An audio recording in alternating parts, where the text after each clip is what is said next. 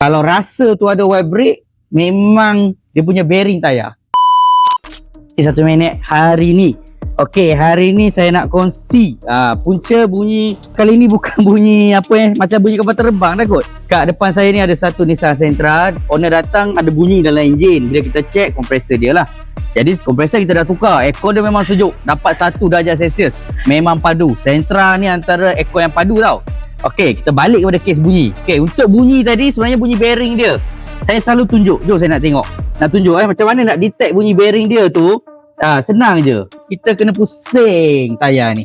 Sambil kita pusing tayar, tangan ni pegang satu absorber ni, kita rasa ada vibrate tak?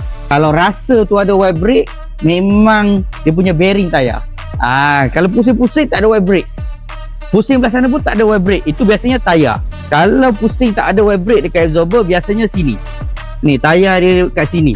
Kena tengok bahagian sini dan bahagian dalam sini. Kena tengok situ lah. Tapi kali ni kita pusing memang ada vibrate kuat gila dekat dia punya absorber. Itu biasanya bearing lah. Dan bearing untuk model ni biasanya dia boleh tukar bearing. Maksudnya hub dia kita buka, kita press keluar bearing, kita masuk bearing baru. Ni kita press pakai tu. Nampak belakang tu.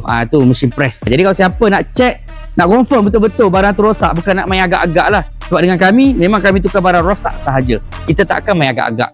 Boleh datang ke Vizi Motorsport, Sarawak Ipoh. Sahabat hari ni, Mechanic power, semua boleh settle. Kena tak mati terus hidup macam kena sihir battle. Bunyi pelik jadi senyap.